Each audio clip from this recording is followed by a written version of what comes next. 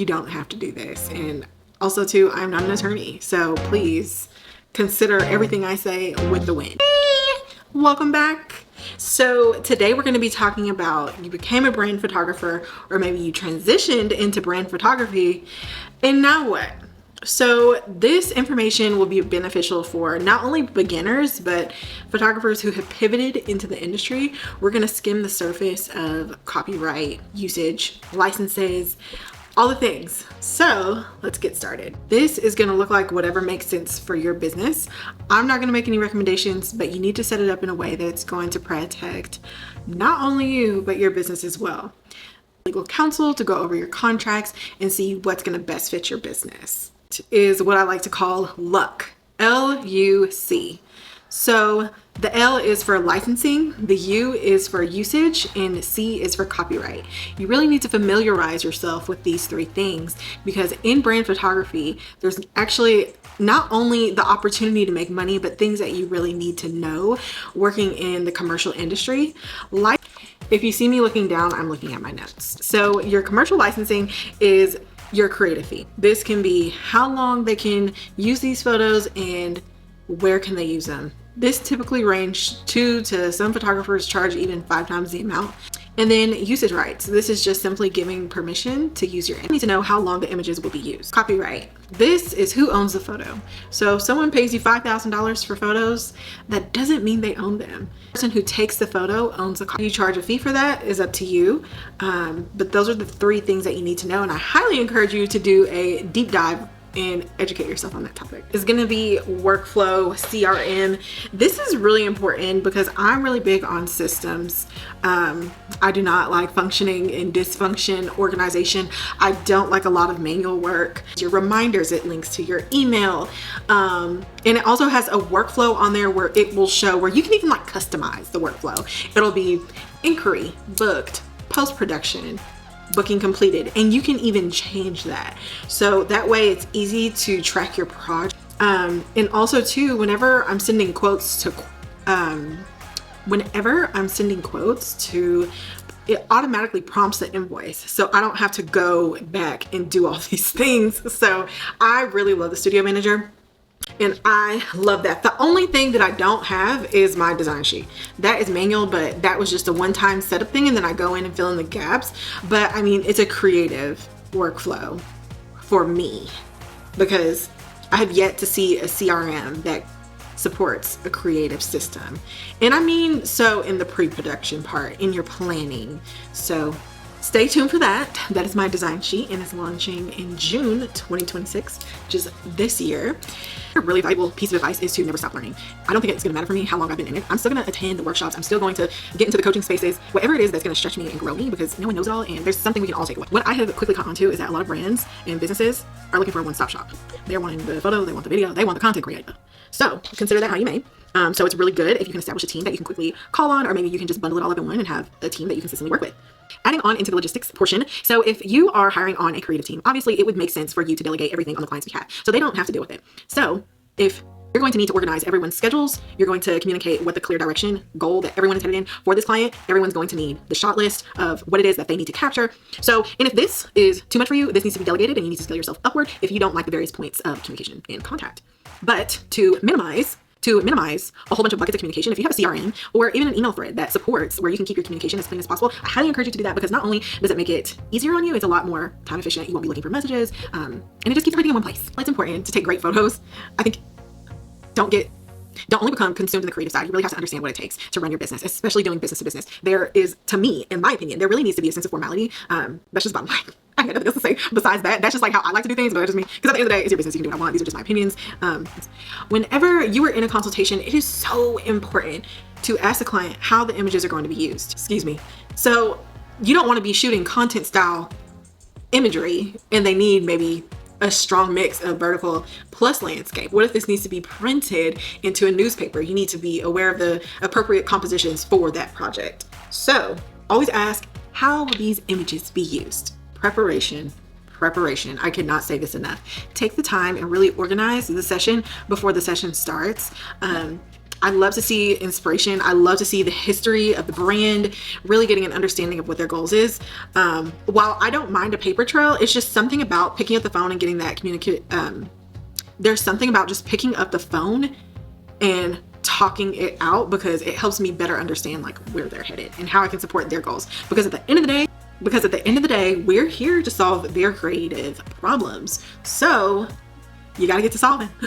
Get this. What happens whenever the session is over? So brand just looks so much different than it does in other lanes of photography. Because I know some photographers, and I was like this too, oh, I do not want you to see the unfinished product. Like me sending you the raw image, absolutely not. I would encourage you, if you can, tether at your photo shoots. Allow, especially your commercial ones. Your commercial ones, in my opinion, should be the non-negotiable, if you can. So tether at your sessions. I would love to tether every single session if I could, so my clients could just pick their photos on the spot. I send my clients a raw photo gallery after we're done, completely untouched. I don't put a preset on it, nothing. I just send it to them, they make their selections, and then I get to work after.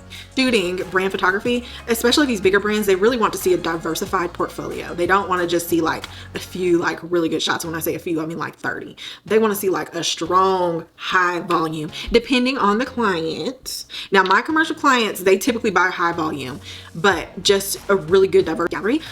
So take pictures of everything, study, and enjoy the process like you're a photographer. I want to say like don't stress about it, but there are moments where I'm like, oh, because we care so much, obviously, about our work, and you care about your client success. But the more you get out there and do it, the better you will become, and it just comes so natural. So be able to discern in which way you're going to pivot when things don't work out as planned on set. So being comfortable and confident in the decisions that you make is vital. So if there are things where you don't feel confident in, start working on those nitty gritty, deep down parts, and get comfortable with being uncomfortable. So as far as planning goes for the client, you really got to get organized in this area, because you're going to need location. You're going to need to know what the goal is. How many images are you giving them? Is there a cap on the images? Glam, hair, makeup, the creative team that's coming with you. I mean, everything that's being poured in. So what you are doing as a brand photographer, you are building the visual identity of this brand, this personal brand, this business. Whenever you're capturing the brand story, you're capturing their personality as well.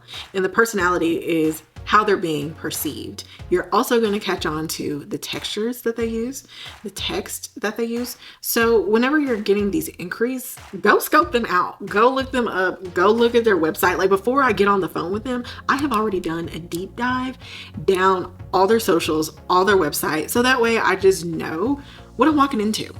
And that's important for you to know. You need to be able to really make a well-informed execution and decision. Like, what if it's something that a project you don't or cannot take on?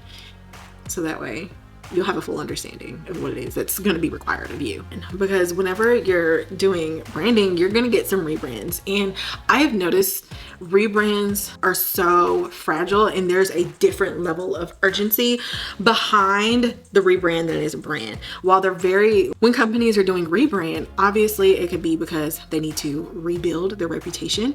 Maybe their old visual marketing style is outdated and they need to pivot and come into a fresh, new creative perspective and momentum. Maybe they changed their logo, their company colors, maybe the website, everything needs to get tore down and, rebuilt. So knowing the direction that they're going in and what they're stepping out and away from is super important. So understanding the line between old and new and what the end goal is. Whether the company is in demand or not, treat both with urgency. I like to consider the client and the time sensitivity. I don't like to post before the client. I always like to let them have their moment. So for one photo shoot, I know that I can post at least 4 times whenever the photo shoot is over. That is one BTS video talking, and then one post of the actual photos. And then the third for me would be YouTube content, getting the behind the scenes for YouTube. And then 4 would be maybe a fun clip with music showing the before and the after. I noticed that content seems to be more favorable, something that you can integrate into your ROI. People love seeing the final finished photo. Like, that is what they're here for. They want to see your work. So for me, I know that I can get at least 4 pieces of content.